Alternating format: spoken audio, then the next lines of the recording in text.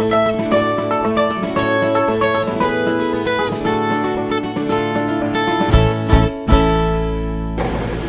great. So we'll go ahead and get started here. Just to kind of touch on table setting and a formal etiquette for that.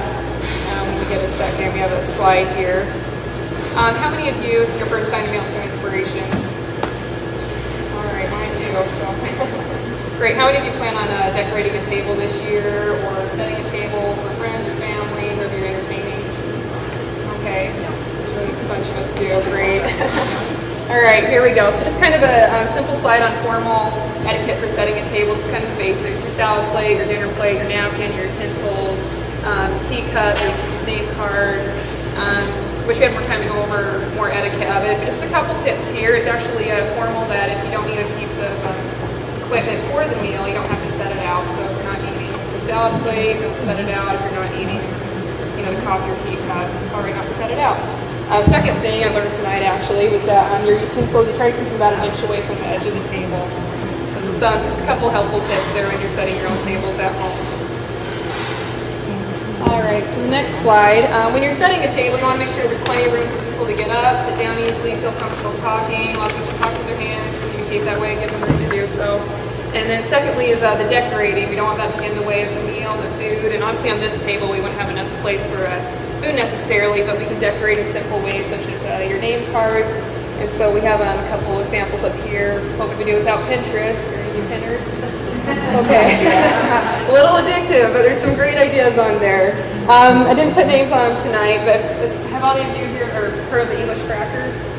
Okay, simple tradition, this kind of English thing. Normally it has like a fun party hat they put on for the dinner, as well as like a little keepsake item and a little story or quote, but it's just a kind of fun way to even give a party favor to your guests, as well as put their name on it, so you serve two purposes at a time. Second thing you can do is when you're fold your napkins in a fun way, and then obviously your centerpiece. And so they, when you read magazines, you always hear about the wardrobe essentials, and tonight I'll refer to some things as a centerpiece essential. So one of my favorite things for centerpiece making is, it sounds a little dirty, but a mirror. Sorry, not to blind you all in the moment, but great. So it's just a good way to reflect light. Dollar store, sometimes you have a mirror at home that you just take the edge off of. And then before we get started on centerpieces, I think we have another slide for that. Okay, just some other fun ideas when Pinterest began.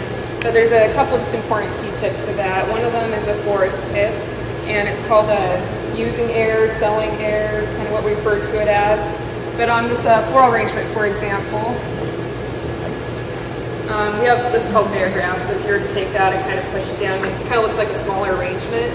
And someone would look at that, if you're a florist trying to sell it, say, oh, it's only got to be $25. But if you add some dimension to it, the height, you can actually sell it for more. It just adds a little bit more class to your arrangement. Just a simple touch, a lot of impact. And then the reason why we decided to set it up down here is when you're designing your centerpieces, it's important to be at the eye level that your guests are going to see what you're arranging. A lot of the times we design a counter or a table and we're up above everything, so we can't see what's going down on this lower eyesight level.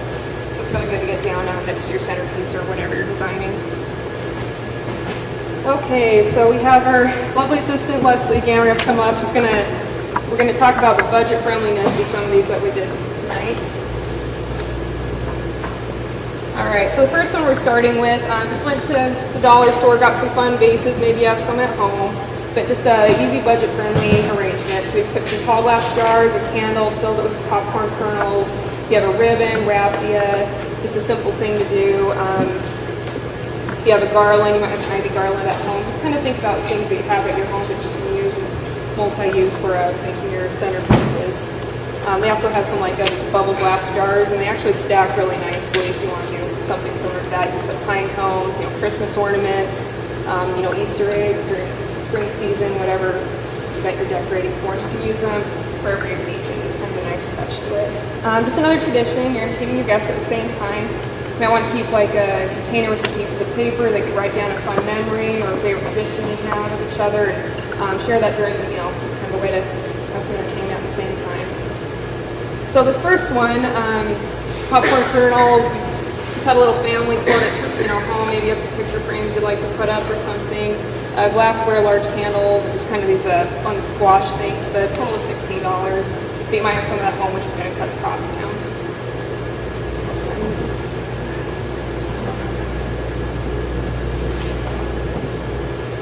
Okay, our second one, Pinterest has really been big into the goblets right now. You might have some at home, wine or water goblets. And just got these at the dollar store. They had different heights, different colors, just really fun, candles, and just decorated it with some Christmas tree ornaments that you might have laying around the house. And the really fun thing is these, they're called firefly lights, and I got these at Porter's. I bought them for $12.99. Someone went today and said they were on sale for $7.99. I scored. I thought, wow, I missed the wrong day, but that's okay. But they're pretty cool. Pull this out. They're about 6 feet long. It takes 3 AA batteries. They are battery powered, and they're just wired. You can scrunch them up, put them in containers. Just kind of really fun light alternative to strand battery lights or something. A little bit easier to maneuver, really lightweight, easy to store. Let's put that back there. So just with some goblets and candles. We spent about $26 altogether. Firefly lights. They're also kind of like smaller mirrors if we're just doing little items instead of big ones, just to reflect that light again. All right, so for a third arrangement, all right, this one's a little bit simpler. We had $6. I really like sparkling cider around the holidays. It's really easy just to reuse the bottles. We call this Ting Ting at the flower shop, but you can use rose hips, glitter sticks, whatever stands out to you. Again, the water goblets or wine goblets with candles, just a simple centerpiece. Doesn't take up a lot of room if you're putting food on your table.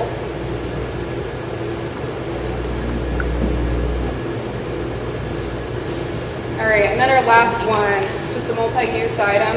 I really like lanterns. If you happen to have a lantern at home, they're great for centerpieces.